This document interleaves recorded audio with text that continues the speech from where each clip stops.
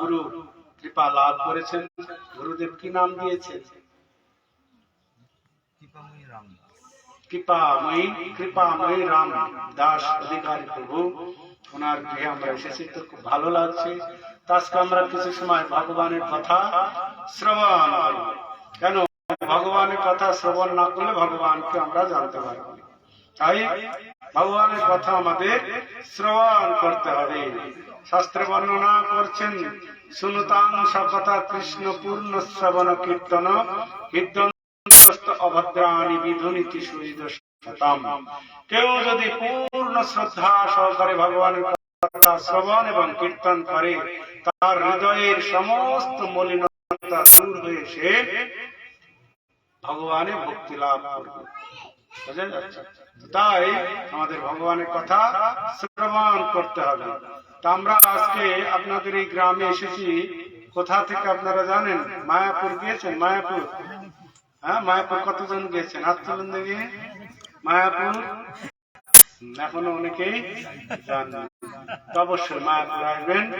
মায়াপুর হচ্ছে নবদ্বীপ মধ্যে মায়াপুর নামে গ্রাম। যথায় জন্মেলেন শ্রী গৌর ভগবান। মায়াপুর মধ্যে, নবদ্বীপ মধ্যে মায়াপুর নামে গ্রাম আছে। আচ্ছা, 9টা দ্বীপের সমন্বয় হচ্ছে নবদ্বীপ। তার মধ্যে একটা গ্রাম আছে মায়াপুর। তো সেই গ্রামে মহাভগবান শ্রী চৈতন্য মহাপ্রভু আবির্ভূত হয়েছিলেন। কেন আবির্ভূত হয়েছিলেন না, সেই কথাই আমরা আলোচনা করব। শ্রীকৃষ্ণ চৈতন্য প্রভু জীবে দয়া করি সপার্ষদ শিওধা সর্বতরি। শ্রীকৃষ্ণ চৈতন্য প্রভু, সেই শ্রীকৃষ্ণ চৈতন্য মহাপ্রভু রূপে এসেছেন নবদ্বীপ ধামে। আর তিনি একা আসেননি, তিনি সপার্ষদ সেই বৃন্দাবনে যে সমস্ত ভক্তরা ছিলেন, বৃন্দাবন শ্রীরাম সুদাম দাম্য সুদাম রাধারানী বলরাম মা যশোদা নন্দ মহারাজ সবাইকে নিয়ে সপার্ষদ শিওধাম সেই বৃন্দাবন ধাম সহ তিনি কি করলেন? নবদ্বীপে অবতীর্ণ হলেন। সপার্ষদ শিওধাম সহ অবতরী। তিনি আমাদের জন্য খালি হাতে আসেন, আমাদের কাছে এসেছেন। তিনি খালি হাতে আসেন, তিনি আমাদের জন্য কি নিয়ে এসেছেন? অত্যন্ত দুর্লভ প্রেম করিবারে দান, শিখায় শরণাগতি ভক্তের প্রাণ। অত্যন্ত দুর্লভ প্রেম, যা ব্রহ্মা শিব ইন্দ্র চন্দ্র বরুণ দুর্গা কালী শিব মনসা শীতলা পাচ্ছেন না, দেবতারাও পায়নি। সেই প্রেম ধন নিয়ে মহাপ্রভু আমাদের কাছে এসেছেন এই নদিয়া নবদ্বীপে। তো এই প্রেম ধন সকলে গ্রহণ করতে পারছে না, আর কোন ভগবান কোন যুগে অর্পণ করেননি। অনর্পিত চরিং চিরা করুণায় অবতীর্ণ কলো, সমর্পিত মন্নত উজ্জ্বল রসং সভক্তি শ্রিয়ম। হরি পুরট সুন্দর দ্যুতি কদম্ব সন্দীর্পিত, সদা হৃদয় স্কন্দরে বসছি নন্দন। অনর্পিত, যা কোনদিনও অর্পণ করেননি, কোন ভগবান করেননি, কোন ভগবান, যা কোনদিনও কোন ভগবান অর্পণ করেননি, অনর্পিত ছিল, অনর্পিত চরিং চিরাত, কোন কালে না। তিন সভক্তি সে মা, এখন নয়, এখন আর তিলক পরাতে হবে না। হরে কৃষ্ণ, এই দিকে খেয়াল নেই, ওনার ওই দিকে খেয়াল নাই, এখন তিলক দিতে হবে না। যাওয়ার সময়, বাড়ি যাওয়ার সময় ওই দরজার সামনে জানাবেন, সবাইকে তিলক পরে পাঠিয়ে দেবেন বাড়িতে। তো অনর্পিত, যা কোনদিনও অর্পণ হয়নি, বুঝতে পারছি, সেই সভক্তি শ্রীরাম, সব থেকে শ্রেষ্ঠ বস্তু ভক্তি সম্পদ। চৈতন্য মহাপ্রভু আমাদের জন্য নিয়ে আসলেন। তো নিয়ে এসে নিত্যানন্দ প্রভু এবং হরিদাস ঠাকুরকে বললেন, আজ্ঞা দিলেন, কি না এই হরিনাম তোমরা প্রতি দ্বারে দ্বারে গিয়ে বলো। নিত্যানন্দ প্রভুকে, হরিদাস ঠাকুরকে মহাপ্রভু বললেন, শোনো শোনো নিত্যানন্দ, শোনো হরিদাস, সর্বত্র আমার আজ্ঞা করো প্রকাশ, প্রতি ঘরে ঘরে গিয়া করো এই ভিক্ষা, বলো কৃষ্ণ ভজ কৃষ্ণ করো কৃষ্ণ শিক্ষা, ইহা বই না বলিবা না বলাইবা, দিন অবসানে আসিবে আমারে কহিবা। তো মহাপ্রভু এক সময় নিত্যানন্দ প্রভু হরিদাস ঠাকুরকে ডাকলেন আরো ভক্তদের, যে শোনো শোনো তোমরা সব শোনো, কি না সর্বত্র আমার আজ্ঞা করহ প্রকাশ, সর্বত্র আমি যে কথাটা বলছি সেগুলো সবার কাছে গিয়ে বলো, কি না প্রতি ঘরে ঘরে গিয়ে করো এই ভিক্ষা। তোমরা সব প্রতি ঘরে ঘরে যাও, প্রতি ঘরে ঘরে গিয়ে কি কি ভিক্ষা চাইতে হবে, প্রতি ঘরে ঘরে গিয়ে করো এই ভিক্ষা। কি ভিক্ষা? বলো কৃষ্ণ, সকলে বলুন হরে কৃষ্ণ হরে কৃষ্ণ কৃষ্ণ কৃষ্ণ হরে হরে, হরে রাম রাম রাম হরে হরে। তো সবাইকে এখন জপ নয়, এখন শ্রবণ। তো প্রতি ঘরে ঘরে গিয়ে এখন তোমরা সবাইকে কৃষ্ণ নাম বলাও, কৃষ্ণ নাম। তো নিত্যানন্দ প্রভু হরিদাস ঠাকুর মহাপুর আজ্ঞা যে সকলকে এরকম যার সঙ্গে দেখা হয় তার সঙ্গেই কৃষ্ণ নাম বলায় সকলকে, প্রতি ঘরে ঘরে যাচ্ছে, ঘরে ঘরে। এখন তো দুয়ারে সরকার এসে দিয়েছে নাকি, তখন তো তখন এরকম দুয়ারে দুয়ারে নিত্যানন্দ প্রভু আর হরিদাস ঠাকুর গিয়েছে, বোঝা গেল। তো গিয়ে সকলকে কৃষ্ণ নাম করালেন, বলো কৃষ্ণ ভজ কৃষ্ণ, আর সবাইকে কৃষ্ণ ভজনা করার কথা বলবে, কৃষ্ণ ভজন। কেন কৃষ্ণ ভজন করা কেন কথা? অন্য কোন কিছু তো ভজন করার কথা বলতে পারতেন না। কৃষ্ণ হচ্ছে পরমেশ্বর ভগবান, বুঝা যাচ্ছে? কৃষ্ণ হচ্ছে পরমেশ্বর ভগবান, তার ভজনা করার কথা বলেন, ভজ কৃষ্ণ। তা প্রতি বাড়ি বাড়িতে গিয়ে তোমরা এই কথা বলো, এবং বাড়িতে গিয়ে ভগবানের যাতে আরাধনা হবে, কোথায় হবে, কিভাবে করবে সেটা বলো কৃষ্ণ ভজ কৃষ্ণ কর কৃষ্ণ শিক্ষা। কিভাবে তারা আরতি করবে, কিভাবে তারা ভগবানকে ভোগ নিবেদন করবে, কিভাবে সন্ধ্যা আরতি করবে, মঙ্গল আরতি করবে, কিভাবে ভজনা করবে, সেই শিক্ষাটা দাও। কিন্তু বর্তমানে এরকম শুধু মানুষ দীক্ষা নেয় আর গুরুগুলো দীক্ষাও দেয়, কিন্তু এইসব শিক্ষার ধারে কাছে কেউ যাবে না, কেউ শেখাবে না যে কিভাবে একটা ধূপ দেখাতে হয়, কিভাবে সেটাও দেখাবে না। গুরুদেব আসবে শুধু কি দীক্ষা দিতে, আর এরাও দেখছে যে গুরুদেব এসে গেলে দীক্ষা পেয়ে গেলাম, আর কোন চিন্তা নাই, দীক্ষা নিয়ে নিয়েছি মানে আর আর কি কোন চিন্তা নাই, ব্যাস। তো এরকম নয়। তো মহাপ্রভু কি বলে দিলেন, কৃষ্ণ ভজন বাড়িতে কিভাবে হবে, প্রতিটি বাড়িতে কৃষ্ণের আরাধনা হবে। তার জন্য কৃষ্ণের যদি বিগ্রহ হয় ভালো, না হলে কৃষ্ণের আলেখ্য, তার মধ্যে কোনো পার্থক্য নেই। তো সেখানে আরাধনা হবে। গৃহস্থ মানুষ যারা গৃহস্থ তাদের বাড়িতে তো কি এইগুলো দরকার, না হলে আরাধনা করবে কি করে? তো নিত্যানন্দ প্রভু প্রতি বাড়ি বাড়িতে গিয়ে এই গৃহস্থদের ঘরে ঘরে গিয়ে এই শিক্ষা কিভাবে কৃষ্ণের আরাধনা করতে হবে। তাই বলো কৃষ্ণ ভজ কৃষ্ণ কর কৃষ্ণ শিক্ষা, কিভাবে শিক্ষা দিতে হয় সেটা শিখিয়েছেন। তো তাই আজকে সারা পৃথিবী কি না চৈতন্য মহাপ্রভুর এই বাণী গ্রহণ করেছে ইস্কন। ইস্কন আজকে সারা পৃথিবী, গ্রাম গঞ্জ শহর, স্কুল কলেজ ক্লাব, এমন কোন জায়গা নেই যে সেখানে যাচ্ছে না ইসকন ভক্তবৃন্দ। কেন?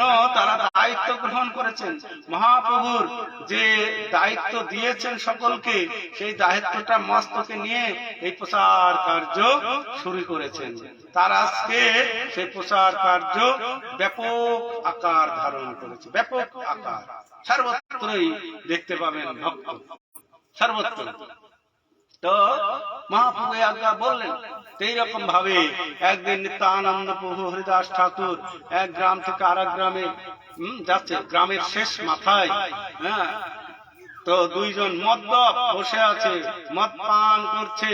তো গ্রামের লোকজন বলছে যে ঠাকুর ও বৈষ্ণব, তোমরা ওই দিকে যাবে না, ওই দিকে গেলে তোমরা সংকটে পড়ে যাবে। কেন গো? বলছে ওইদিকে দুইজন মাতাল আছে, তো ওই মাতালের কোন কাণ্ড জ্ঞান নাই, হ্যাঁ, হয়তো মারতে পারে, যা কিছু আছে কেড়ে নেবে, না হলে মদ খাইয়ে দিবে, হ্যাঁ, আপনাদের অপদস্থ করবে, আপনারা ওদিকে যাবেন না। তো হরিদাস ঠাকুর থেমে গেল। হরিদাস ঠাকুর থেমে গিয়ে বলছে, না আর যেতে হবে, ঠাকুর ধরো, পেছনে ধরো। নিত্যানন্দ প্রভুকে বলছে, নিত্যানন্দ প্রভু বলছে, না, আমাদের মহাপ্রভু তো এটা বলেন এর কাছে যাবে না, ওর কাছে যাবে। মহাপ্রভু বলেছেন সর্বত্র সকলের কাছে যেতে বলেছেন, তো আমরা সকলের কাছে যাব। তো আর কি করবেন? তখন সেই দুই মদ্যপ মদ পেয়ে টলমল করছে। তো তখন তাদের কাছে গিয়ে বললেন, আরে ভাই, তোমরা এত সুন্দর এই জীবন পেয়ে এই সমস্ত মদ্যপান করে কেন তোমরা এই জীবনটাকে নষ্ট করছো? বলো হরে কৃষ্ণ, হরে কৃষ্ণ, কৃষ্ণ কৃষ্ণ হরে হরে, হরে রাম, রাম রাম হরে হরে। তো তারা দুইজন জগায় আর মাধায় ছিল। তো মাধায় বাচ্চারি, দাদা, এই দাদা দেখতে আমাদের হরিনাম করাতে এসছে, তো এদের একটু ভালো করে হরিনাম করতে তুই ধর, আর আমি একটু ওদের মুখে ঢেলে দিই। ধরতে গিয়েছে, তখন ছুট, নিত্যানন্দ ছুটছে আর হরিদাস ঠাকুর ছুটতে, এরা পেছনে পেছনে, এই ধর, এই ধর, পালানো, ধর রে, ধর রে, ধর রে। কিন্তু নিত্যানন্দ প্রভু তখন যুবক, একদম ছুটছে, কিন্তু হরিদাস ঠাকুরের বয়স হয়েছে, সে আর ছুটতে পারছে না। তো কোন রকমে মহাপ্রভুর কৃপায় মাতাল গুলো আর ধরতে পারলো না, থেমে গেল, আর তারা চলে আসলো। সন্ধ্যা বেলায় গিয়ে মহাপ্রভুর কাছে প্রচারের সমাচার দিতে হয়। তো মহাপ্রভু বললেন, বলো হরিদাস, বলো নিত্যানন্দ, আজকে কেমন প্রচার হলো? তো হরিদাস ঠাকুর বলছেন, প্রভু প্রচার তো ভালোই হলো, আজকে আমি জীবনটা নিয়ে ফিরে এসেছি, এই আমার যথেষ্ট। কেন, কি হয়েছিল? বলছে গ্রামের লোক নিষেধ করলো, ওইদিকে যাবে না। আর এই অবধূত, এই অবধূত দুইজন মদ্যপান করে টলমল করছিল, তাদের কাছে গেল হরিনাম, তার লোক পেল না প্রভু। তো তারা তো আমাদেরকে মারতে আসলো, ও তো যুবক, ইয়াং ম্যান, ও তো ছুটতে পালালো, আর আমার বয়স হয়েছে, আমি তো আর বেশি ছুটতে পারছি না, এই ধরবে, এই ধরবে। আপনার কৃপায় প্রভু আজকে আমি প্রাণে বেঁচে এসেছি, আর আমি ওই অবধূতের সঙ্গে প্রচারে যাব না। তো অন্যান্য দিন তো আমি ফিরে নিয়ে আসি, কোথাও হয়তো কোনো একটা ষাঁড় দেখলো, ষাঁড়ের পিঠের উপরে লাফ দিয়ে উঠে, তো সেই উঠলে তখন ষাঁড় ছটফট করতে থাকে, তো কোন রকম ভাবে নামিয়ে নিয়ে আসি। কোনদিন গঙ্গায় ঝাঁপ দেয়, কুমিরের পিঠের উপরে উঠে সাঁতার খেলে, কিনারায় লোকজন হাই হাই করে, কি হবে কি হবে, আবার আসে ফিরে। কোনদিন হয়তো কোন কুমারী মেয়েরা গঙ্গায় স্নান করতে যাচ্ছে, বলে এদের আমি বিয়ে করি, তো পাড়ার লোকজন সব ধরে মারতে যায়, আমি তো হাতে পায়ে ধরে তাদেরকে শান্ত করে ফিরে নিয়ে আসি। কিন্তু আজকে এই অবস্থা করেছে, তো প্রভু আমাকে আর ওই অবধূতের সঙ্গে আর প্রচারে পাঠাবেন না, আমি প্রচারে যাব না। তো হরিদাস ঠাকুর এই অভিযোগ করলেন মহাপ্রভুর কাছে। তো নিত্যানন্দ প্রভু তিনিও বললেন, প্রভু আগামী দিন থেকে আমি আর প্রচারে যাব না। তোমার কি হলো? প্রভু আপনি না পতিত পাবন, আপনি তো পতিত পাবন, পতিত পাবন হেতু তব অবতার, মোষম পতিত প্রভু না পাইবে। প্রভু আপনি তো পতিত পাবন, পতিতদের উদ্ধার করতে এসেছেন, তো ওই রকম ব্যক্তির মতো পতিত কোথায় পাবেন? ওদের যদি উদ্ধার করবেন, তাহলে আমি জানবো যে আপনি পতিত পাবন, তাহলে আমি প্রচারে যাব, না হলে আমার আজকে থেকে প্রচার শেষ, আমি আর যাব না।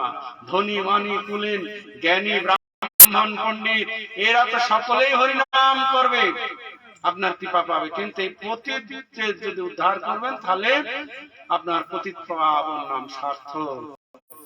তো মহাপ্রভু হেসে বলছে নিত্যানন্দ ওরা উদ্ধার হয়ে গিয়েছে।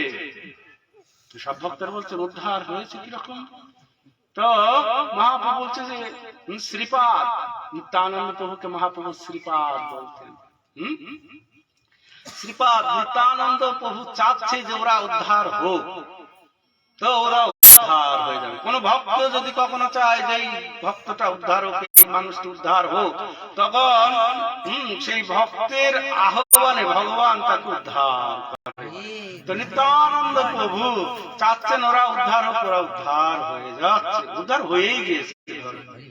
তো এরকম বললেন, সবাই আশ্চর্য হয়ে গেলেন। পরদিন আবার গিয়েছে সেইখানে, তো সেইখানে গিয়ে আবার দেখছে তারা মধ্যে টলমল করছে। নিত্যানন্দ প্রভু তাদের কাছে গেলেন, কি বলছে, আরে ভাই, এই দুর্লভ মানব জীবন পেয়ে তোমরা কেন এই জীবনটা নষ্ট করছো এরকম ভাবে? ওঠো, বলো আমাদের সঙ্গে হরে কৃষ্ণ হরে কৃষ্ণ কৃষ্ণ কৃষ্ণ হরে হরে, হরে রাম হরে রাম রাম রাম হরে হরে, তোমরা হরিনাম করো। বলছে বেটারে তো কাল তো এসেছিল, ধরতে পারিনি, জগা আজকে ধর ধর ধর, এদেরকে একটু ভালো করে হরিনাম করা, একটু কারণ বাড়ি পান করে দে। তো উঠেছে দুইজন, তো বলছে হরিনাম করো। নিত্যানন্দ প্রভু নির্ভীক, কোনো ভয় নাই, বলছে বলো হরে কৃষ্ণ। তো সঙ্গে সঙ্গে কি হয়েছিল, নিচে এখনকার মানুষ তো বোতলে মদ খায়, আর তারা এমন মদ খোর হাঁড়িতে খেত, কলসি, মানে এইসব বোতলে তাদের হয় না, বোঝা যাচ্ছে, কলসিতে খেত। একদম কলসি তুলে একদম নিত্যানন্দ প্রভুর কপালে মেরে দিলেন, ধর ধর ধর করে রক্ত পড়তে লাগলো। হরিদাস ঠাকুর দেখলো, হাই হাই, তিনি তো ছুটে মহাপ্রভুর কাছে গেলেন যে প্রভু প্রভু সর্বনাশ হয়ে গেছে, শ্রীপাদকে আঘাত করেছে দুই ভক্ত।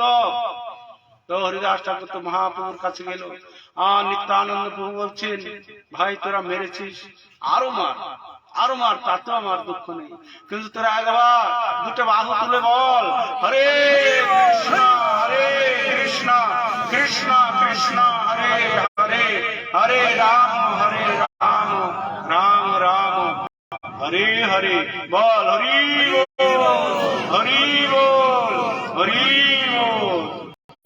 তো তখন নিত্যানন্দ প্রভু এই কথা বলাতে জগায় তো আরো রেগে গেলেন, এর মধ্যে তুই বেটা আমাদের আবার হরিনাম করার জ্ঞান দিচ্ছিস, তোকে আমি মেরে শেষ করে ফেলবো। এর মধ্যে মাধায় তো মারলো আর জগায় ঠেকাচ্ছেন, না রে ভাই, ও বিদেশি সন্ন্যাসী, ও তো সাধু মানুষ, ওকে আর মেরে কি লাভ, আর তুই তো মেরে একদম কপালটা ফাটিয়ে দিলি। আরো মারতে চাই, কিন্তু জগায় নিষেধ করছে। এর মধ্যে মহাপ্রভুর কাছে খবর গিয়েছে, মহাপ্রভু একদম ছুটে আসছেন, কে কে কে আমার দাদাকে আঘাত করেছে, কে আমার দাদাকে মেরেছে। এসে সম্মুখ সমরে দেখছেন সেই জায়গায় মাথায় নিত্যানন্দ প্রভুর মস্তক থেকে একদম কপাল থেকে রক্ত পড়ছে। তখন মাথায় বলছেন, আমি আমি মেরেছি, হরিনাম না ছাড়লে তোদের সবকটাকে আমরা এমনি করে ছাড়বো। তখন মহাপ্রভু বলছে, তুই তুই মেরেছিস? বলছে, হ্যাঁ হ্যাঁ আমি মেরেছি। ওরে তোর নাই রক্ষা, আজই তোকে করিব সংহার। সুদর্শন সুদর্শন সুদর্শন এসে উপস্থিত। নিত্যানন্দ প্রভু মহাপ্রভুর চরণে পড়ে গেলেন, প্রভু এদেরকে মারবেন না, এদেরকে মারবেন না, আপনি না পতিত পাবন। বলছে, না আমি ওদেরকে শেষ করব, তোমার অঙ্গে যারা আঘাত করেছে তাদেরকে আমি আর কোনো ক্ষমা করবেন, এরা বড় পাপী, মা পাপী। তখন নিত্যানন্দ প্রভু বলছেন, প্রভু এরা যদি পাপী হয় তা আমি ছোটবেলার থেকেই ঘর ছেড়েছি। নিত্যানন্দ প্রভু 12 বছর বয়স থেকেই ঘর ছেড়েছেন। সারা ভারতবর্ষে তীর্থ আছে, সব তীর্থ ভ্রমণ করেছেন। এবং ছোটবেলা থেকে হরিনাম করছে, প্রসাদ পাচ্ছে, ভজন সাধন করছেন। মহাপ্রভুর কাছে বলছেন, প্রভু যদি ওরা পাপী হয়, আমার সারা জীবনের তীর্থ ভ্রমণ করে হরিনাম করে প্রসাদ পেয়ে সাধন ভজন করে যা পুণ্য হয়েছে আমি সব এদের দুই ভাইকে প্রদান করছি। এরা তো তাহলে আর পাপী থাকলো না, এদেরকে আপনি কৃপা করুন। মহাপ্রভু আর কি করবেন, সুদর্শন চক্র চলে গেল। তো তখন এই মহাপ্রভুর এই কৃপা দেখে জগায় মাধায় একদম দ্রবীভূত হয়ে গেল যে এত কৃপা আমরা তাদের মেরেছি আর তারা আমাদের উদ্ধারের জন্য এত চিন্তা করছে। তখন মাধায় দুঃখ করে বলছেন, প্রভু আমি দিনহীন পতিত পামর অতি মূঢ় নাহি জানি হিতাহিত জ্ঞান, অবশ্য উদ্ধার করো প্রভু করো আহত কি দয়া। তুমি নারায়ণ কৃষ্ণ ব্রজেন্দ্র নন্দন, তোমারে বিধিল বান সুরের গণ, তারে তুমি কইলে কৃপা দান। এই কি কারণে প্রভু আমা হেন পাতকিরে কৃপা দানে করিবে বঞ্চিত। খুব খুশি হলো। তখন বলছে, ঠিক আছে, আজকে থেকে যদি তোমরা আর এই পাপ কার্য না করো তাহলে তোমাদের আমি উদ্ধার করব। তো জগায় মাধায় প্রতিজ্ঞা করলেন, প্রভু আজকে থেকে আমরা আর মদ্যপান করবো না। আমরা ওই আসক জপমালা দিলেন, তারা জপ করছেন, নবদ্বীপ ধামে থাকে। তারা আগেকার কথা যখনই চিন্তা করে তারা অনুশোচনায় তাদের বুক ভরে যায় যে আমরা কত পাপ করেছি, কত মানুষকে মেরেছি, কত মদ খেয়েছি, কত কি করেছি। যখন হরিনাম করতে লাগলো, যখন হরিনাম করতে করতে যখন চিত্ত শুদ্ধ হলো, চিত্ত হরিনাম করলে কি হয়, চিত্ত শুদ্ধ হয়, খুব খেদ করতে লাগলো। তখন নিত্যানন্দ প্রভুর কাছে ছুটে গেল দুই ভাই, প্রভু আপনার অঙ্গে আমরা আঘাত এনেছি, আমাদের সেই দুঃখ যাচ্ছে না, তো প্রভু কি করলে আমরা এই দুঃখ থেকে মুক্ত পাবো। তখন নিত্যানন্দ প্রভু বললেন, মানুষ যেতেন স্নান আদি করতেন, যখন উঠে আসতো তখন তারা দুই ভাই হাত জোড় করে ক্ষমা চাইতেন তাদের কাছে। দেখুন আমরা মদ্যপ অবস্থায় কত গালি দিয়েছি আপনাদেরকে, কত কি বলেছি, তা আপনারা আমাদেরকে ক্ষমা করুন, আমরা অজ্ঞান অবস্থায় এই কাজ করেছি। তো তখন সবাই খুশি হতো, সবাই খুশি। তো তার বলতে, না না তোমাদের অপরাধ নেই, তোমরা হরিনাম করো। এইভাবে সেই জগায় মাধায় কি না উদ্ধার হলো। জগায় মাধায় পাপী ছিল, হরিনামে উদ্ধার হলো, তার সাক্ষী জগায় আর মাধায়। তা আমরা দেখুন জগায় মাধার থেকে কম না, মনে হয় বেশি আছে। জগায় মাধাতে শুধু একটু মদ খেত আর কি ছাগল টাগল খেত। তা আমরা তো এই জড় জগতে এখন যে বর্তমানে মানুষ মদও খাচ্ছে, একদম টিকটিকি গিরগিটি গেড়ি মাছ হাঁস মুরগি, মানে এমন কোন কিছু আর বাদ রাখছে না। কিন্তু জগায় মাধায় এরকম খেত নাই, গেড়ি গেড়ি এসব খেত না। ওরা স্ট্যান্ডার্ড পাপি ছিল, স্ট্যান্ডার্ড পাপি, বোঝা যাচ্ছে। আর এরা তো হাঁড়িয়া মাড়িয়া মানে কিছু কি বাদ দিচ্ছে না। তো দেখুন এইরকম ধরনের মানুষকেও আজকে ছিল প্রভুপাদের কৃপা, ইস্কনের প্রচার যেরকম হাজার হাজার মানুষ, যুবক যুবতী সবাই আজকে কৃষ্ণ নাম গ্রহণ করে তারা সুন্দর জীবন লাভ করছে, সুদান করেছে এবং করছে বর্তমানে। এই যে আমাদের সমস্ত ভক্তরা, এদিকে ভক্তটা একটু কম আছে, এদিকে একটু আমাদের প্রচার একটু কম আছে। তা আপনারা যদি মনে করেন যে আমরা আসবো মাঝে মাঝে, এরকম প্রচার কার্য হবে, মহাপ্রভুর বাণী, মহাপ্রভু সকলকে উপদেশ দিয়েছেন, মহাপ্রভু সকলকে বলেছেন। মহাপ্রভু যখন আবির্ভূত হন তিনি তখন প্রেম ও বৃক্ষ একটা রোপণ করেছিলেন, প্রেম বৃক্ষ, প্রেমের কি গাছ লাগিয়েছিলেন। তো মহাপ্রভুর কৃপায় সেই প্রেমের গাছে অনেক প্রেম ফল ফলেছিল। তো মহাপ্রভু তখন সবাইকে বিতরণ করছেন এই হরিনাম।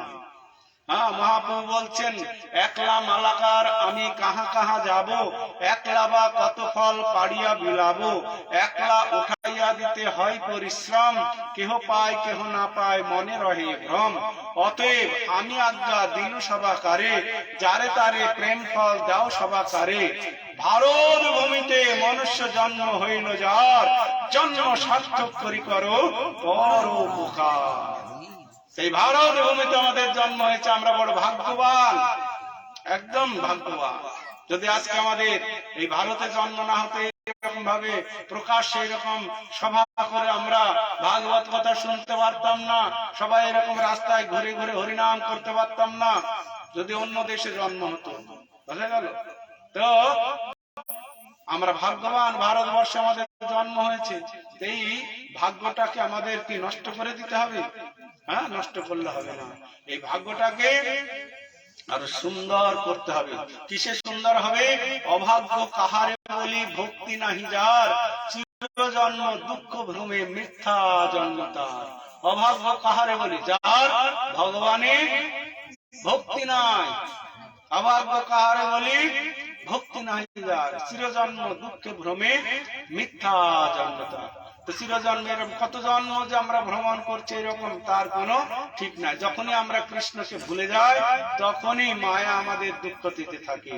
কৃষ্ণ ভুলি যেই জীব অনাদি বহির মুখ, অতএব মায়া তারে দেয় সংসার আদি দুঃখ।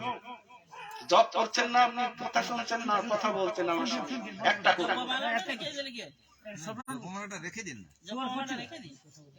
তো কৃষ্ণ ভুলি যেই যুগ ভগবান চাকর, কৃষ্ণ বলে যেই যে ভগবান চাকর, তাকে কি মায়া কি করবে? দুঃখ দিতে চান। তাই বলছেন কৃষ্ণ ভুলি যেই জীব অনাদি বহির্মুখ। আমরা কত জন্ম যে ভুলে গিয়েছি, কত জন্ম তার ঠিক নেই। ভগবান ভুলে এরকম ঘুরে বেড়াচ্ছি বাবা হারার মতো। পিতা হারিয়ে গেলে যে বাচ্চাটা যেমন, আমরা এরকম ভগবানকে হারিয়ে ফেলেছি, কৃষ্ণকে হারিয়ে ফেলেছি। এখন আবার সুযোগ এসেছে, সেই জন্য বলছেন কৃষ্ণ ভুলি যেই জীব অনাদি বহির্মুখ, অতএব মায়া তারে দেয় সংসার আদি দুঃখ। সংসারে আমরা সুখ পাচ্ছি না দুঃখ পাচ্ছি? বুঝতে পেরেছেন? অনেকে মনে করে এই সংসারেই সুখ আছে, আর কোথাও সুখ নাই। আর যারা বুঝে গিয়েছে তারা দেখছে যে এই সংসারে যত ঝামেলা রে বাবা, হ্যাঁ সংসারে শুধু দুঃখ। তাই বলছেন কৃষ্ণ হলি যেই জীব অনাদি বহির্মুখ, অতএব মায়া তারে দেয় সংসার আদি দুঃখ। কবু স্বর্গে উঠায়, কবু নরকে ডুবায়, দণ্ড জানে রাজা যেন নদীতে চুবায়। সাধু শাস্ত্র কৃপায় যদি কৃষ্ণ উন্মুখ হয়, সেই জীব নিস্তরয়ে মায়া তাহারে ছাড়ায়। মায়া মুগ্ধ জীবের নাই কৃষ্ণ স্মৃতি জ্ঞান, জীবের কৃপায় কৃষ্ণ কইল বেদ আর পুরাণ। সাধু শাস্ত্র কৃপায় আত্মরূপে আপনাকে জানান, কৃষ্ণ তখন আপনাকে জানান যে কৃষ্ণ মোর প্রভুতাতা, জীবের হয় জ্ঞান। তো এইভাবে ঘুরতে ঘুরতে ঘুরতে কোন ভাগ্যবান জীব সাধু সঙ্গে নিজ তত্ত্ব অবগত হন। এইভাবে কত জন্ম যে আমরা ঘুরছি, কত জন্ম, তার গাছ পালা কীট পতঙ্গ হাঁস মুরগি গরু ছাগল ভেড়া, কত জন্ম আমরা মনে করছি এই জীবনে আমরা মানুষ হয়ে গেছি। না, এর আগে আমাদের অনেক জন্ম হয়ে গিয়েছে, আমরা ভুলে গিয়েছি। অর্জুনকে সেই কথা ভগবান শ্রীকৃষ্ণ বলছেন। অর্জুন বলছেন, কৃষ্ণ বলছেন যে আমি এই গীতার জ্ঞান আগে সূর্যদেবকে বলেছিলেন। সূর্যদেব বিভূষণ মনু ইক্ষাকু, এইভাবে এই জ্ঞান নেমে আসছিল। এখন এই জ্ঞান নষ্ট প্রায় হয়ে গেছে, তাই আবার তোমাকে দিতে হচ্ছে আমাকে। তো অর্জুন বলছে এটা কি করে? আমার আর তোমার তো জন্ম একই সময় হয়েছে, একই সময় সমবয়সী, তো তুমি সূর্যদেবকে জ্ঞান দিয়েছো? তুমি তো নবীন সখা, সেদিন জন্ম নিলে, পুরাতন জ্ঞান আগে তুমি কি করে বলেছিলে? তুমি তো নবীন সখা, আমার একসঙ্গে জন্ম হয়েছে, একই পর্যায়ে একই সমবয়সী। তো ভগবান শ্রীকৃষ্ণ বলছে এটাই হচ্ছে তোমার মধ্যে আর আমার মধ্যে পার্থক্য। আমি জন্ম জন্মান্তরের কথা মনে রাখতে পারি, আমি কোথায় কি হচ্ছে, যা কিছু ব্রহ্মাণ্ডে যা কিছু হচ্ছে আমি সব কিছু জানতে পারি, কিন্তু সেটা তুমি পারবে না। তোমার আগে অনেক জন্ম হয়েছে কিন্তু তোমার সেটা মনে নাই। কিন্তু আমার সব, এটা হচ্ছে ভগবান আর জীবের মধ্যে পার্থক্য। ভগবান সবকিছু জানেন, সবকিছু মনে রাখতে পারেন, কিন্তু আমরা সেটা পারি না। বোঝা গেল? তো তাই বলছেন তোমার বহু জন্ম হয়েছে কিন্তু তুমি ভুলে গিয়েছো, কিন্তু আমি ভুলিনি। তো এইরকম আমাদের অনেক জন্ম হয়েছে, তা আমরা মনে করছি যে আমার এই জীবনটা এইবারই পেলাম, আর আমার আগে কোনো জন্ম হয়নি, এটা না। আত্মার কখনো জন্ম হয় না, আর কখনো মৃত্যু হয় না। আমরা সেখানে যতজন আছি তো সবাই আমরা আত্মা, এখানে যতজন আছে সবাই এক একটা আত্মা। আমরা এই সংসারে এসেছি, এসে মায়ার বসে আমরা মনে করছি ওইটা আমার ছেলে, ওইটা আমার বউ, মায়েরা মনে করছে ওইটা আমার স্বামী। কারোর সঙ্গে কারো সম্বন্ধ নাই, সব আলাদা আলাদা আত্মা। যার যখন সময় হবে সে তখন চলে যাবে, কারোর জন্য কেউ আর কি থাকবে না, অপেক্ষা করবে না। তাই বলছেন এ দেহে জীবাত্মা বাস করে যতদিন, কুশল জিজ্ঞাসা তব গৃহে ততদিন। অনন্তর প্রাণবায়ু দেহ নাশে, ভার যাও হইবে ভীত এ দেহ পরে সে। ভজ ভজ মোর মতে ভজ শ্রীকৃষ্ণ চরণ, কেহ না রক্ষিবে কাছে আসিলে মরণ।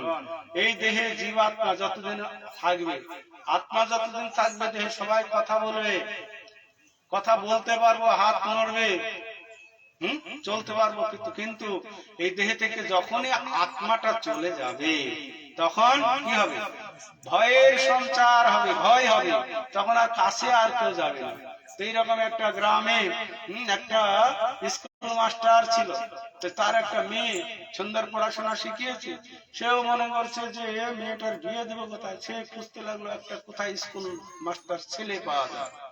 তো খুঁজে খুঁজে পেয়েছে একটু পাশে, 2-4 গ্রাম পরে। তো ওইরকম তার সঙ্গে বিয়ে ঠিক হয়ে একদম বিয়ে ধুমধাম সহকারে অনেক দাম ধাম সমস্ত কিছু দিয়ে বিয়ে দিল। এইরকম শীতকালে একদিন খাওয়া দাওয়া করে বিছনার উপরে বসে আছে, তো স্বামীটা বলছেন যে যাও তো একটু গরম জল করে না, শুধু ঠান্ডা পড়ছে, একটু গরম জল পান করি। তখন বউটা বলছে ঠিক আছে বসো আমি আনি। তো বউটা গিয়ে একটু রান্নাঘরে জল গরম করছে, করতে করতে একটু সময় লাগে 2-4 মিনিট। তো এর মধ্যেই স্বামীটা হরে কৃষ্ণ হয়ে গিয়েছে। বুঝা গেল? মানুষের মরতে কি সময় লাগে নাকি? মানুষের মরতে সময় লাগে নাকি? সময় লাগে না, তো সময় লাগে না, একদম হরে কৃষ্ণ হয়ে একদম পড়ে আছে। তো বউটা জল নিয়ে গিয়ে বলছে কই জল লাগো, সারা দিচ্ছিল, কি হলো জল না? আরে একটু গেলাম গরম করবো তারপরে আনবো, এখন রাগ হয়ে গেল নাকি, এটুকুর মধ্যে অভিমান হয়ে গেল, না জল না। কথা বলছি কি হলো, তখন হাত দিয়ে এরকম টেনেছে, দেখছে চোখ উঠে গিয়েছে ওপরে, হরে কৃষ্ণ হয়ে গিয়েছে। ওরে আমার স্বামী মরে ভূত হয়ে গিয়েছে রে। ওই গিলাস ওখানে ফেলে দিয়ে বাইরে ছুট, বাইরে টুঠানে সে কান্না শুরু করে দিল। কান্না, পাড়ার লোকজন ছুটে আসলো, কি হলো কি হলো? এই দেখো আমার স্বামী আমাকে ছেড়ে চলে গেল, আমি তাকে ছাড়া বাঁচবো না, তাকে ছাড়া কি করে বাঁচবো? বাবা কত শখ করে আমাকে বিয়ে দিয়েছিল মাস্টার ছেলের সঙ্গে, ও আমাকে কত ভালোবাসতো, প্রতিদিন সন্ধ্যাবেলায় চাকরি থেকে ফেরার সময় আমার জন্য ফল নিয়ে আসতো, আমার জন্য সিঙ্গাড়া নিয়ে আসতো। এখন কে নিয়ে আসবে, আমাকে কে ভালোবাসবে? কান্না করছে, কান্না। তখন আরো সব ছেলেরা সব ছুটে আসলো, কি ব্যাপার কি ব্যাপার?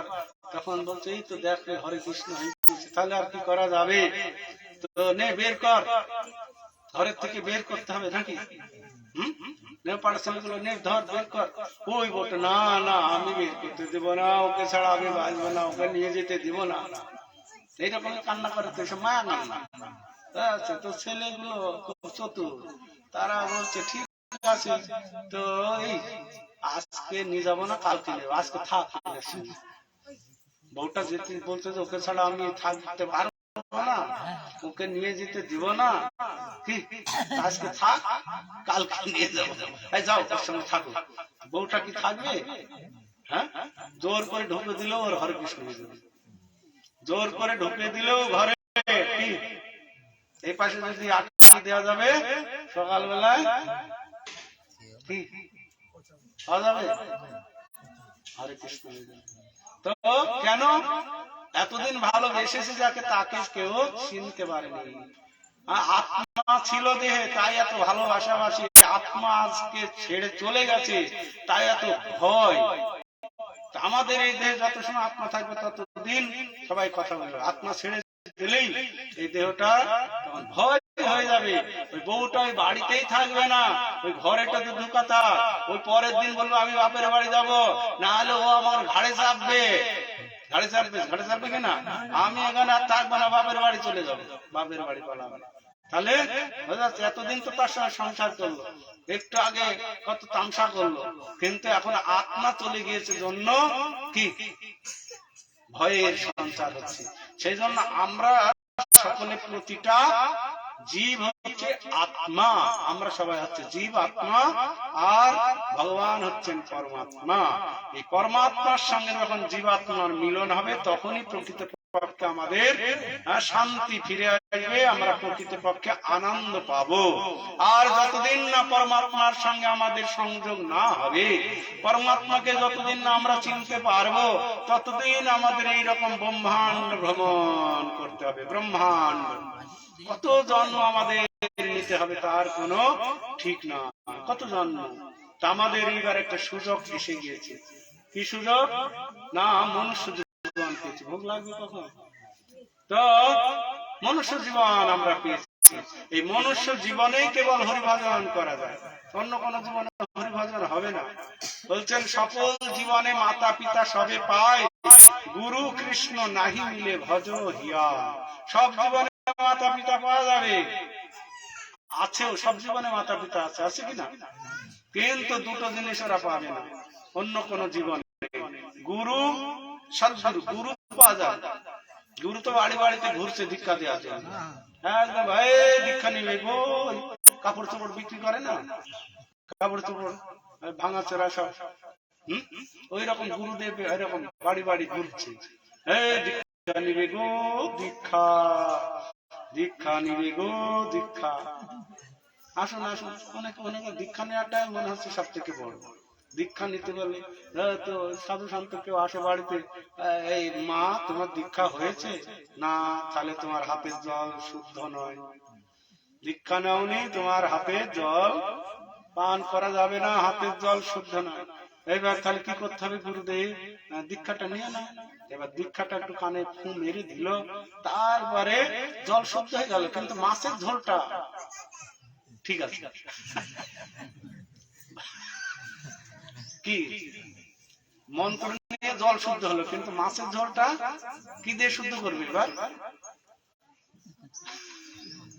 তো এই হচ্ছে গুরু, বুঝতে পারছেন? এইরকম সব গুরু ঘুরে বেড়াচ্ছে দীক্ষা দেওয়ার জন্য। তাদের কাছ থেকে যদি দিনে 10 বার দীক্ষা নিয়ে যাবে, দিনে, বছরে একবার না, তার তো কিছু করা লাগবে না, না হরিনাম, না সন্ধ্যা আরতি, না ভগবানের ধূপ দীপ। ভগবানকে সেটাই ছিলেন, দীক্ষা দিয়ে দিল। ভগবান যে কে সেটাও সে জানে না। বাড়িতে যে ওই মাতাজিরা একটু স্নান টান করে ওই ঠাকুর ঘরে আছে, দুর্গা, কালী, মনসা, শিব, ব্রহ্মা, ইন্দ্র, চন্দ্র, বরুণ, কৃষ্ণও রেখেছে, হ্যাঁ একদম সাজানো আছে, কাউকে বাদ দেয়নি। আমার ঘরে সব আছে, তাই না? মেয়েকে একটু ফুল টুল তুলে করে দিলে। আর ওই বাড়ির পুরুষটার জীবনে ওখানে কোনোদিন যায়ও না, কি আছে কি করে শুরু যায়ও না, দেখেও না। তো এই দীক্ষা হয়ে গিয়েছে, বুঝতে পারলেন? কি যে জন্য দীক্ষা নিলাম, দীক্ষা নেওয়ার উদ্দেশ্য কি সেটা ঠিক জানে না। এটা এই দীক্ষা নিয়ে, তারপরে এখন দীক্ষা নিয়ে তো হরিনাম করতে হবে। তো এখন আমরা কোন যুগে বাস করছি? এটা কোন যুগ? কলিযুগ। কলিযুগে ধর্ম সম্বন্ধে তার তো ব্যবসা, তার তো হচ্ছে ব্যবসা। কি করলি তুই? নরকে যাবি না, দোজাকে যাবি না, জাহান্নামে যাবি, যা। হ্যাঁ, যা করিস না করিস তুই, হ্যাঁ টাকাটা আমাকে মাস গেলে দিবি। তুই যেখানে যাবি, জাহান্নামে যা, দোজাকে যা, না উৎসন্নে যায়, যা। শুধু মাস গেলে বছরে যা আসবে তখন শুধু ঠিক। তো না, এটা দীক্ষা না, এটা গুরুর কাজও নয়। গুরুর কাজ হচ্ছে শিষ্যকে এই জড়জগতের বন্ধন থেকে, দুঃখময় জন্ম মৃত্যু চক্র থেকে উদ্ধার করে ভগবানের কাছে ফিরে নিয়ে যাওয়া। এটা হচ্ছে গুরুর কাজ। তখন বর্তমান কলিযুগ, তো কলিযুগ খুব ভালো। তো অন্যান্য যুগে ভগবানকে পেতে বহু কষ্ট করতে হতো, বহু কষ্ট। বলছেন কৃতে যদ্ধায়াত বিষ্ণু তেতায়ং যজত মখৌ দাপরে পরিচর্যায়ং ফলৌ তো ধরি কীর্তনা।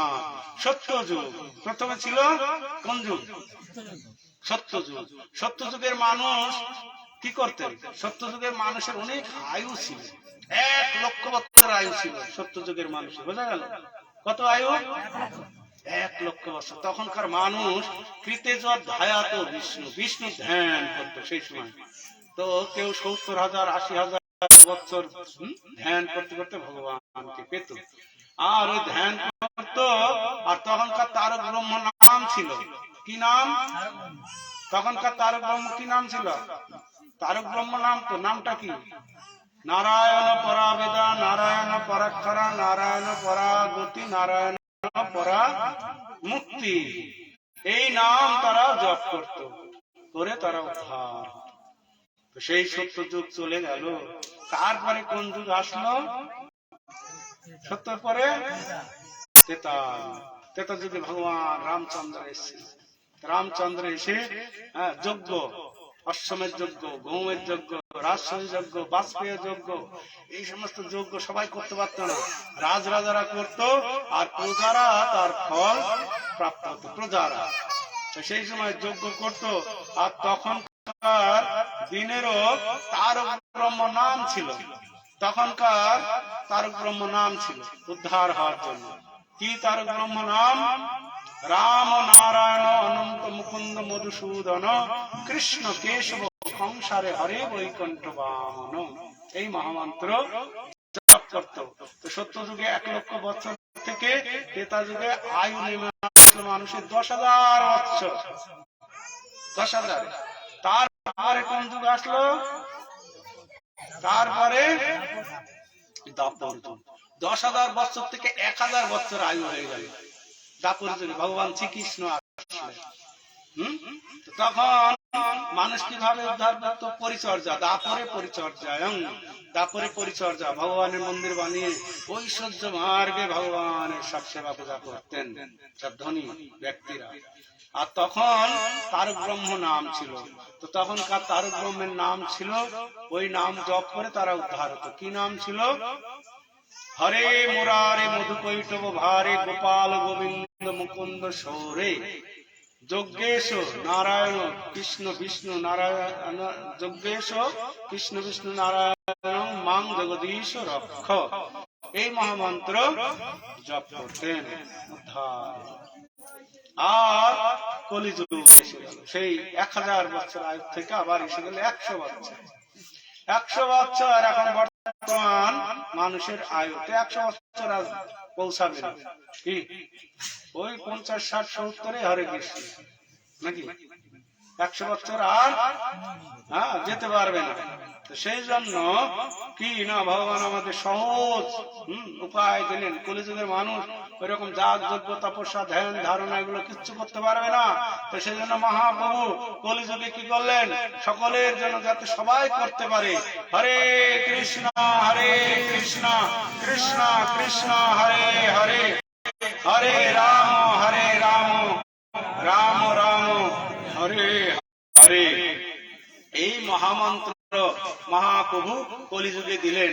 বললেন এই 16 নাম 32 অক্ষর যুক্ত হরিনাম হচ্ছে কলিযুগের জন্য। সমস্ত শাস্ত্রে বলছেন হরে কৃষ্ণ কৃষ্ণ কৃষ্ণ হরে হরে, হরে রাম রাম রাম হরে হরে। ইতি ষোড়শকং নামনং কলিকলমশ নাশনম না তো পরতর উপায় সর্ববেদেষু দৃশ্যতে। এই কলিযুগে এই 16 নাম 32 অক্ষর যুক্ত হরিনাম ছাড়া এই কলিযুগের মানুষের উদ্ধারের কোন পথ নেই। এটি সমস্ত বেদে বলছে, আমি বলছি না। কি বেদে কি বলছে?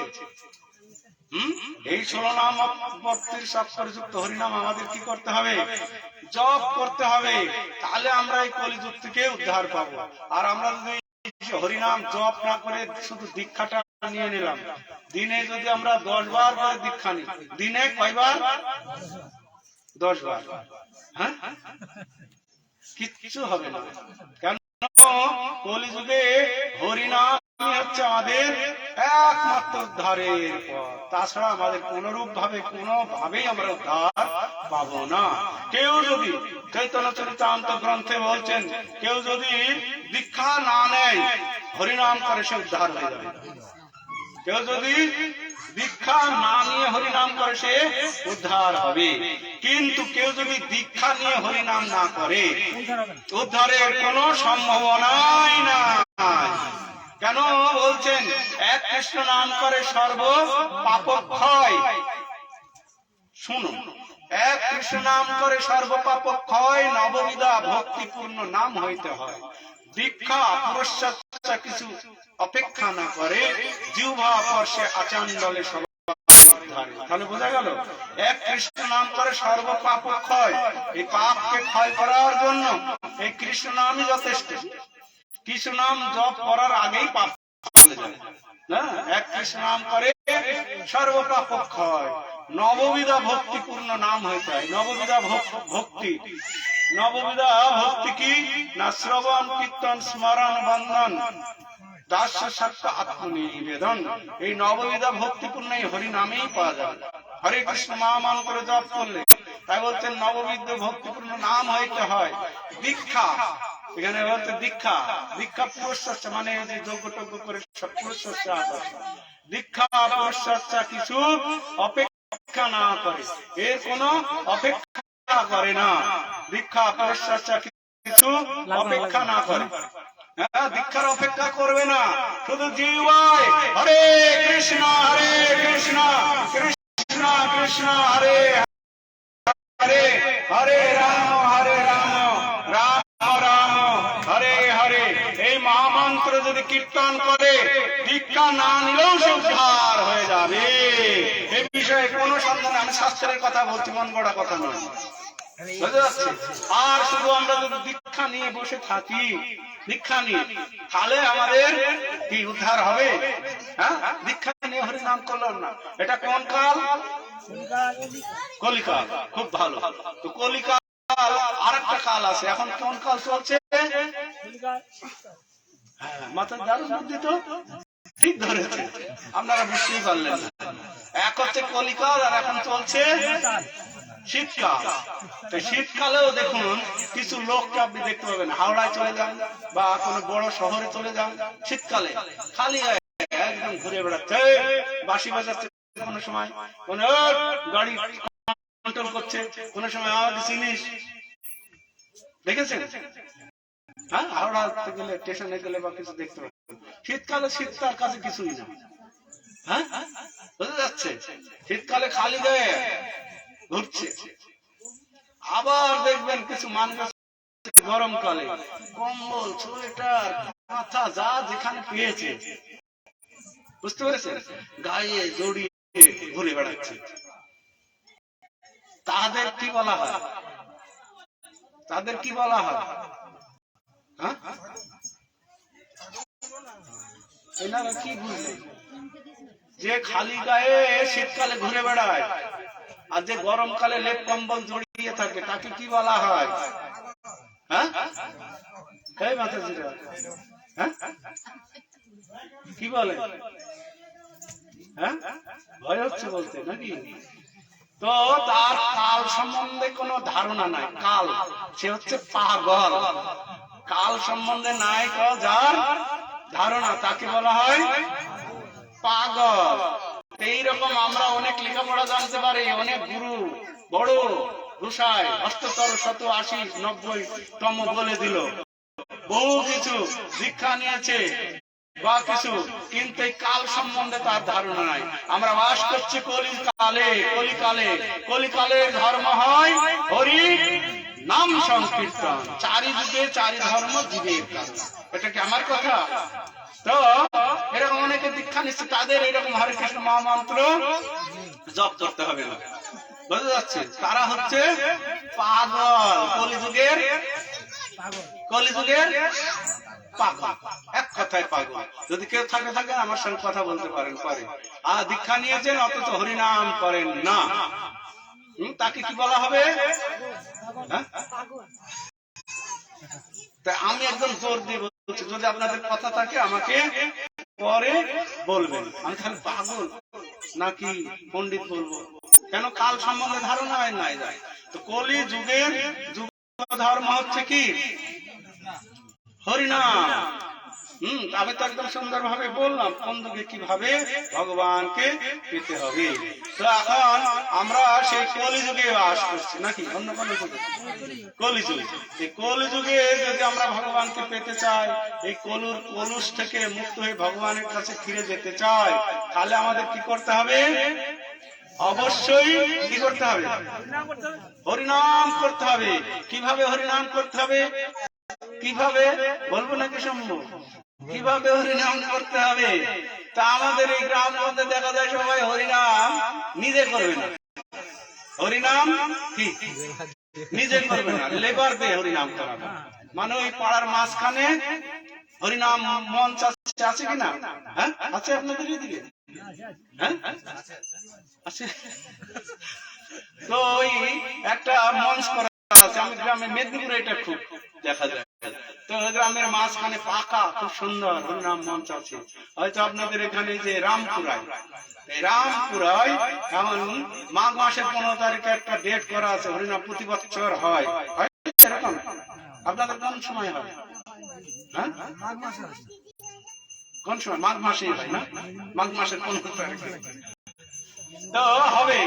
এমন এই পড়ায় সব লোকজন বেরিয়ে যায়, কালেকশন অনেক টাকা কালেকশন করে, তাই না? প্রায় 4-5 লাখ টাকা। আমাদের ওইদিকে তো আরো 20 লাখ 30 লাখ টাকার বাজেট থাকে। 20-30 লাখ টাকার বাজেট, বুঝছেন? 15 দিন যাবত হবে। আর 7-8 দিন শুধু হরিনামই হবে। তারপরে লীলা কীর্তন হবে, তারপরে বাউল হবে, তারপরে কবি গান হবে, তারপরে শেষে এইসব উদ্ধার হতে বলে না, তারপরে নিয়ে আসবে ডিজে।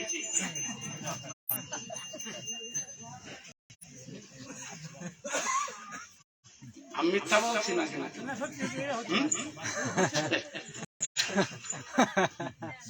তো এইরকম আপনাদের এখানে ধরুন এরকম 12 তোলা আছে, সবাই চিন্তা করে কবে হরিনাম হবে। মাঘ মাসের 15 তারিখে একটা ডেট করা আছে, প্রতি বছর হবে। তো যা দল ভাড়া করে নেয়, আর কালেকশনে সব পাড়ায় বেরিয়ে গেছে অনেক 5-7 লাখ টাকা বাজেট নিয়ে একটা ঘাটাল থেকে একটা ভালো দল নেয়, যারা একটু সুর তাল দিয়ে নিচে গিয়ে আনন্দ দিবে।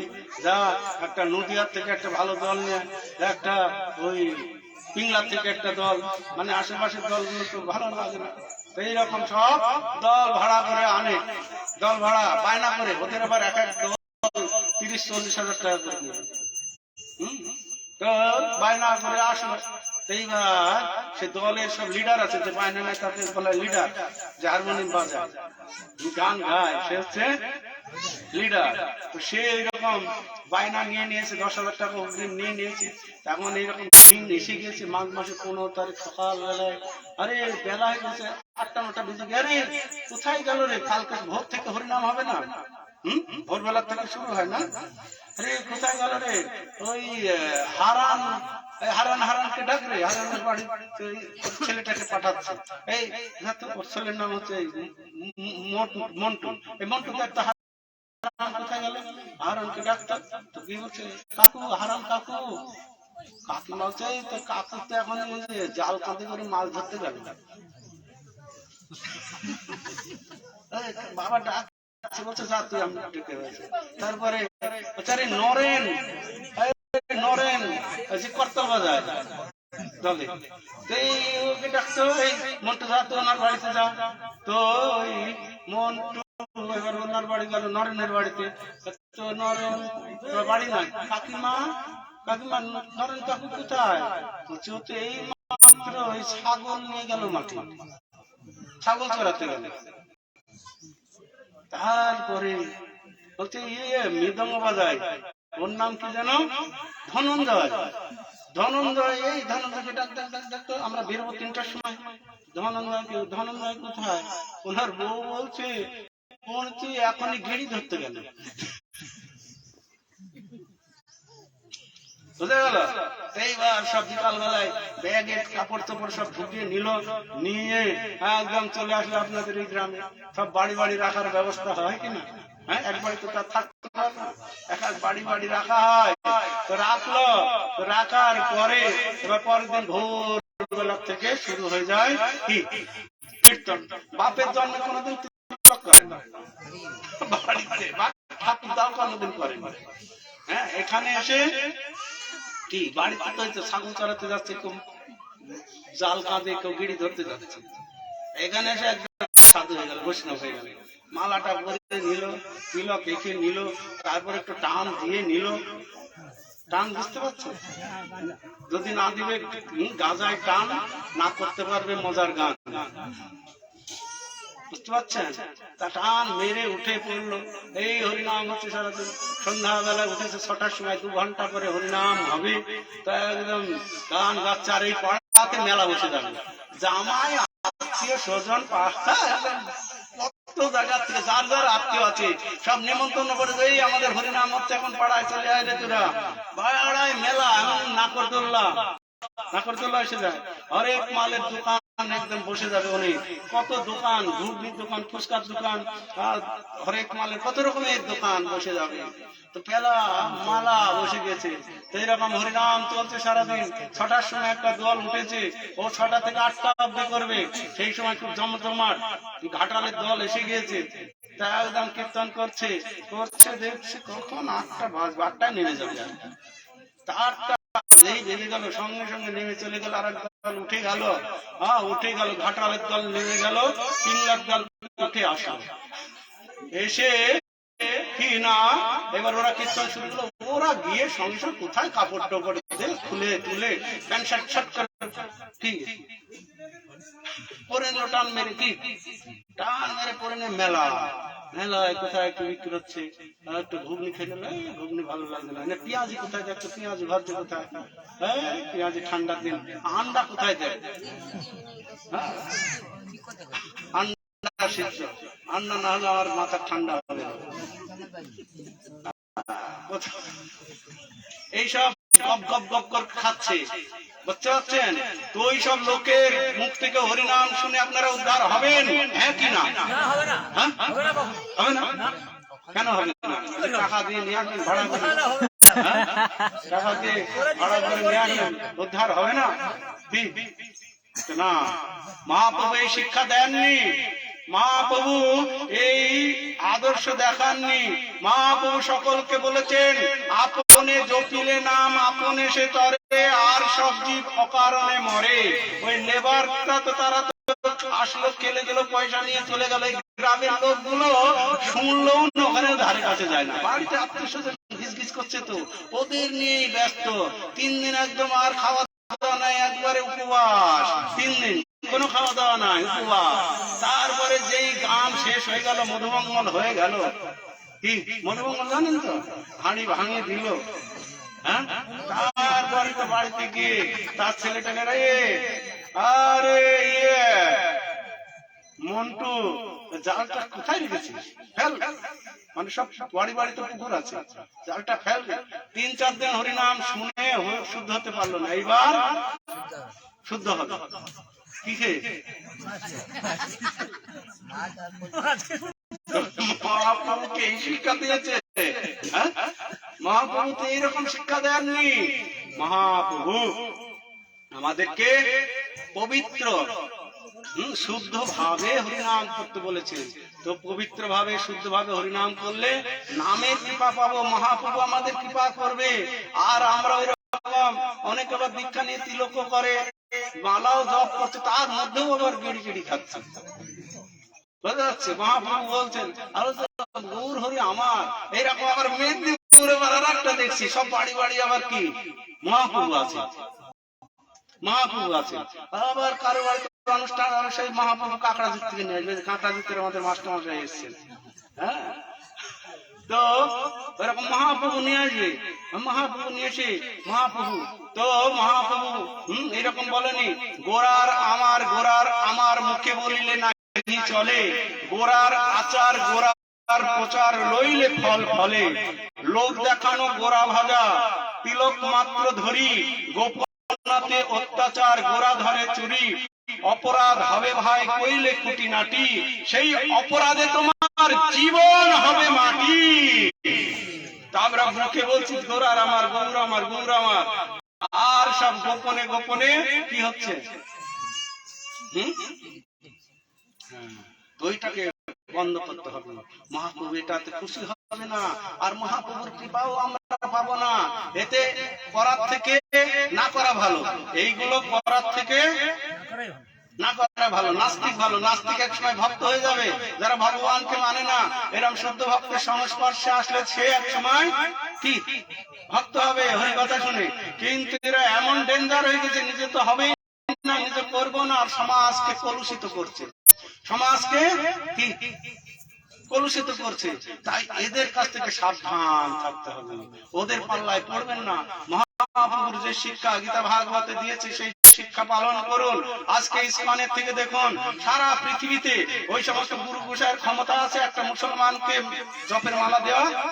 আজকে দেখুন সারা পৃথিবীতে ইসকনের প্রভাবে, আমি এখান থেকে বলছি না, আপনারা শুধু এখন তো মোবাইল আছে সকলের কাছে, আপনারা শুধু দেখুন Russia ISKCON temple, America ISKCON temple, Kuwait, Iraq, Iran, Dubai, যেখানে আপনি যাবেন, জাপান, জার্মান, ইংল্যান্ড, সারা পৃথিবীতে মানুষ হরিনাম করছে। সেখানে হাজার হাজার সব মন্দির, সারা বিদেশে সারা পৃথিবীতে প্রচার হচ্ছে মহাপ্রভুর বাণী। তারা তো এরকম জীবনে ভাবতেও পারেন নিরামিষ, তারা তো বাড়িতে জলও খেত না। আমেরিকার মানুষ, ওই ইংল্যান্ডের মানুষ জল খায় না, শুধু মদ খেয়ে জীবন, জলের বদলে কি মদ খায়। আর এই ভাত ডাল এগুলো তারা খায় না, ওরা বয়েল মাংস, মোষের মাংস, শুকরের মাংস, আর কত মাংস, আর কি বলবো, এই গেড়ি টেড়ি গুলো তার কাছে কিছুই না, বুঝতে যাচ্ছে তো। তারা এরকম খেত, আর বিয়ের তো কোনো ঠিকই নাই, এই বেলা একটা বউ, ওই বেলা একটা বউ। এইসব মানুষ আজকে ইসকনের প্রচারের প্রভাবে, শিল প্রভুপাদের প্রভাবে, মহাপ্রভুর কৃপায় আজকে এই সমস্ত মানুষ এত সুন্দর ভক্ত হয়েছে। আপনারা এই মায়াপুর ধামে আসুন, এই ফেব্রুয়ারি 23 তারিখ থেকে নবদ্বীপ মন্ডল পরিক্রমা হবে। সারা পৃথিবী থেকে ভক্ত আসবে, 140টি দেশের মানুষ আসবে, ভক্ত আসবে। গিয়ে দেখবেন তারা কেমন ভক্ত, তারা কৃষ্ণ প্রেমে পাগল। আর আমরা কি করছি? তাদের দেখে হাসছি, তাদের দেখে হাসছি। তো এটা বড় দুঃখের কথা। মহাপ্রভু আমাদের ঘরে, বাঙালি ঘরে, বাংলায় জন্মগ্রহণ করেছে, আমাদের গর্ব হবে। আমরা মহাপ্রভুর দেশের মানুষ, আমাদের দিকে সারা পৃথিবী শিক্ষা লাভ করবে। তো সেই রকম ভক্ত আমাদের হতে হবে। মহাপ্রভু এটাই চেয়েছেন, বোঝা গেল? এখন আমাদের কি করতে হবে? হরিনাম করতে হবে। আরো দুঃখের বিষয়, আমাদের এই বাংলার মানুষগুলো, যদি একটা বাচ্চা ছেলে হরিনাম করছে, আমাদের হয়তো ভক্তরা বুঝিয়েছে হরিনাম কর, প্রহ্লাদ ছোটবেলা থেকে ভক্ত হয়েছে, ধ্রুব ছোটবেলা থেকে ভক্ত হয়েছে, হরিনাম কর, তো হরিনাম করে, তো স্কুল কলেজে পড়ে, তো বাবা মা আত্মীয় পাড়ার বুড়া গুলোর ঘুম ছুটে যায় যে কি হলো রে, এই জগৎটা কি হলো রে, ইসকন কি করলো, দেখ আমার ছেলেটাকে কি হরিনাম করে দিল, গলায় মালা পরিয়ে দিল, আর বাড়িতে তো আমাদের সঙ্গেও খায় না। এইরকম চিন্তা করে করে পাগল হইতো। এখন ইসকনের ভক্ত এসে গেছে ওই ছেলেটার বাড়িতে, আর বাবা মা একদম পেয়ে খুব খুশি। আপনারা কি করলেন? এই আমার বাচ্চাটাকে নষ্ট করে দিলেন, এই বয়সে হরিনাম করছে, এই বয়সে তিলক করছে, গলায় মালা পরেছে, আমার ছেলেটাকে নষ্ট করে দিলেন। এটা তো ছেলের ভক্তটা খুব বুদ্ধিমান, হ্যাঁ এইটা কিন্তু ইসকন ঠিক করছে না, এইটা ইসকন ঠিক করছে না, সমাজটাকে নষ্ট করে দিলে। এইসব ছেলে পেলে কি এখন বয়স হয়েছে হরিনাম করার, মালা পরার বয়স হয়েছে? ওই ভক্তটা বলছে, কোন ভক্তটা? আর ওর বাবাটা, ছেলেটার বাবাটা খুশি। হ্যাঁ, আপনি আমার মনের মতো কথা বলেছেন, আপনি একমাত্র দেখছি ভক্ত। এখনো জপের সময়, এখন হরিভজন করার সময়, এখন পড়াশোনা করবে, তারপরে বিয়ে দেবো, করবে, কত কিছু করবে, তা না, এখনই ওদের সব জপমালা দিয়েছে। আপনি আমার মনের মতো কথা বলেছেন, এইটা ইসকন ঠিক করে। তো উনি খুব খুশি। এখন বলতে তাহলে ঠিক আছে, এখন তোর বয়সটা হয়নি নাকি জপ করা, মালা তাহলে এক কাজ করুন, আপনাদের তো বয়স হয়েছে, এই এই তুমি খুলে দাও তোমার মালাটা আর জপের মালাটা তোমার বাবাকে দাও। বাবার তো বয়স হয়েছে নাকি, ওনার বাবার মাথা চক্কর খেলে গেছে, ওরে বাবা রে কার পাল্লায় পড়লাম রে বাবা। হ্যাঁ তো উঠে উঠে না না আমি জব করতে পারবো না। কেন আপনি বললেন ছেলের বয়স হয়নি, আপনার তো বয়স হয়েছে নাকি, ছেলের বয়স হয়নি আপনার বয়স হয়েছে, তাহলে করুন। ওই উঠে পালা, এই জগৎটা হচ্ছে এরকম। তো না, হরিবদনটা এরকম বয়সের সঙ্গে কোনো সম্পর্ক নেই। যারা ছোটবেলার থেকে হরিবদন করে তারাই হচ্ছে সব থেকে ভাগ্যবান, ভগবানের কাছে ফিরে যাবে। তো তাই আপনারা আসুন, আর সময় নষ্ট করবেন না। আমাদের এখানে দেখুন মালা, ঝোলা, তিলক, কণ্ঠিমালা, গীতা, ভাগবত সবকিছু এখানে পাওয়া যাচ্ছে। তো আমি এরকম প্রতিদিন একটা দুটো করে অনুষ্ঠান করি। তো সেখানে আমি এরকম সব জায়গায় সত্য কথাগুলো সকলের কাছে তুলে ধরি, সত্য কথাগুলো যা মহাপ্রভুর শিক্ষা। তো তখন তারা সত্যি সত্যি মনে করে যে আমরা তো দীক্ষা নিয়েছি, তাই তো হরিনাম করিনি, তাহলে তো আমাদের জীবনটা বৃথা হয়ে যাবে, আর প্রভু তো শাস্ত্রের কথা বলছে। তখন তারা হরিনামের মালা, জপের মালা নেয়, তারপরে দীক্ষা নিয়েছে। এখন একটা বউ যদি বিয়ে করলো, যদি শাখা সিঁদুর না পড়ে, ঠিক পাড়ার লোক খুশি হবে? আপনারা খুশি হবেন? হ্যাঁ কেন খুশি হবে না? বিয়ে তো হয়ে গেছে, বিয়ে না করে শাখা সিঁদুর না বলে কি কিছু হবে নাকি? না, তা আমরা দীক্ষা নিয়েছি মানে কি, দীক্ষা নিলে কি করতে হবে? তো মালা পড়তে হবে গলায়, একটু জপ করতে হবে। তো যাদের যাদের দীক্ষা হয়েছে একটা করে জপের মালা নিন। আমরা কাউকে দীক্ষা দিব না, চিন্তা নেই। আপনাদের যা দীক্ষা নিয়েছেন অন্তত হরিনাম করছেন না, হরিনাম করুন, আর চলুন ভগবানের কাছে ফিরে যান। বুঝা গেল? তো আসুন আপনারা একটা করে জপমালা নিন আর কণ্ঠিমালা নিন, যা লাগে আছে এখানে আপনারা নেবেন, আর ভগবানের কাছে ফিরে চলুন। চালাক ভগবান কৃষ্ণ আমাদের থেকে অনেক চালাক না, না বোকা? তা আমরা যে ফাঁকি দিচ্ছি তিনি জানেন, আমরা যে ফাঁকি দিচ্ছি তিনি জানেন। আর ওই যে ভগবানের ধামে যাবেন, ওখানে দুইজন গাড়ি আছে, জয় আর বিজয়। এই এরা কোথা থেকে আসলো রে? তো কোথা থেকে? মেদিনীপুর থেকে, মোহনপুর থেকে। ধরে ফেলবে কিনা? হ্যাঁ, তো আমাদের দীক্ষা নিয়ে ভজন সাধন করতে হবে, হরিনাম করতে হবে। বিশেষ করে কলিযুগে আমাদের হরিনাম করতেই হবে। হরের নাম হরের নাম হরের নামই কেবলম কলৌ নাস্তে কো গতির। হরিনাম ছাড়া কোনো গতি নাই, গতি নাই, গতি নাই, গতি নাই।